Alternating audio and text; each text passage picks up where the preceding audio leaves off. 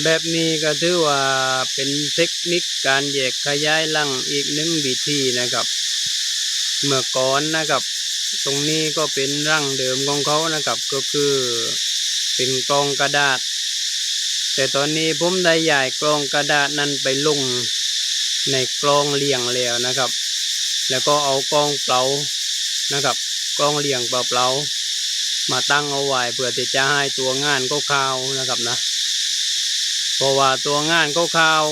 ในรังที่เรารอไว้แล้ว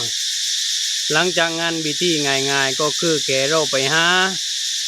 ไข่นางพญานะครับนะไข่นางพญาจากไม่ว่าจะเป็นแหล่งที่ไหนก็ได้ไม่ว่าจะเป็นจังหวัดไหนก็ได้นะครับเอามาเพื่อที่จะไว้ในรังนะครับเพื่อที่จะไว้ควบคุมพึ่งงานพวกนี้นะครับนั่นก็คือเป็นการแยกขยายอีก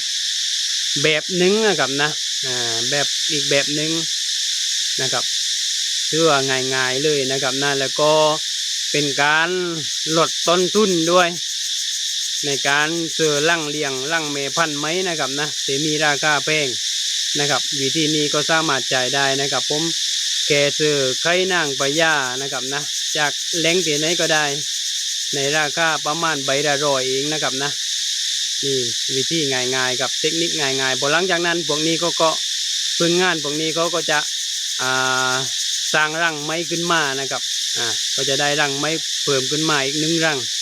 นะครับนี่คือเทคนิคง่ายๆนะครับ